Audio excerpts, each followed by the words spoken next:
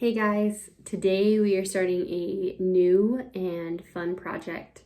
It's going to use some patterns, some Zentangle. It's going to use space, so we're going to show some depth, and we're going to use our watercolors as well. So I'm going to show you a couple of examples of what the project is going to look like when you're done, and then just kind of teach you about a couple of other things that go along with it.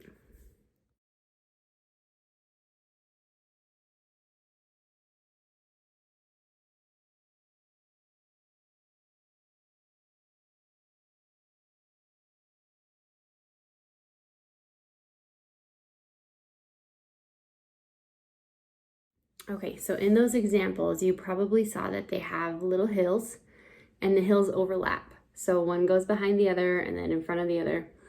And that is how it kind of looks to our eye in nature. So if you have the ability, go outside and take a look and see if there's any mountains around, and see if you can see how they naturally overlap in nature.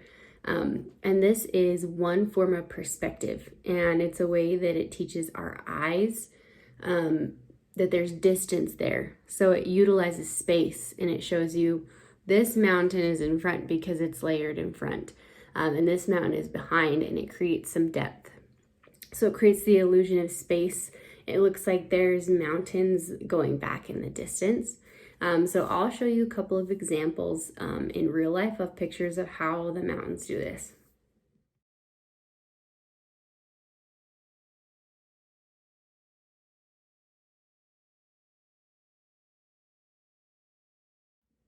All right, so today what we're gonna get done is just drawing the mountains. So we're just gonna draw the hills or the mountains or the cliffs or whatever you wanna call them. And then tomorrow we'll go on to adding some of the patterns and designs. But today we're just focused on drawing out the mountains. If you're not in class today, we're gonna draw it on watercolor paper. So you may not wanna work on this part at home. But we're gonna draw it on watercolor paper so that when you use your watercolors, they'll work better. But I'm just gonna kind of give you a quick little demonstration of how you can draw your mountains and layer them. Yeah, and that'll be it for today.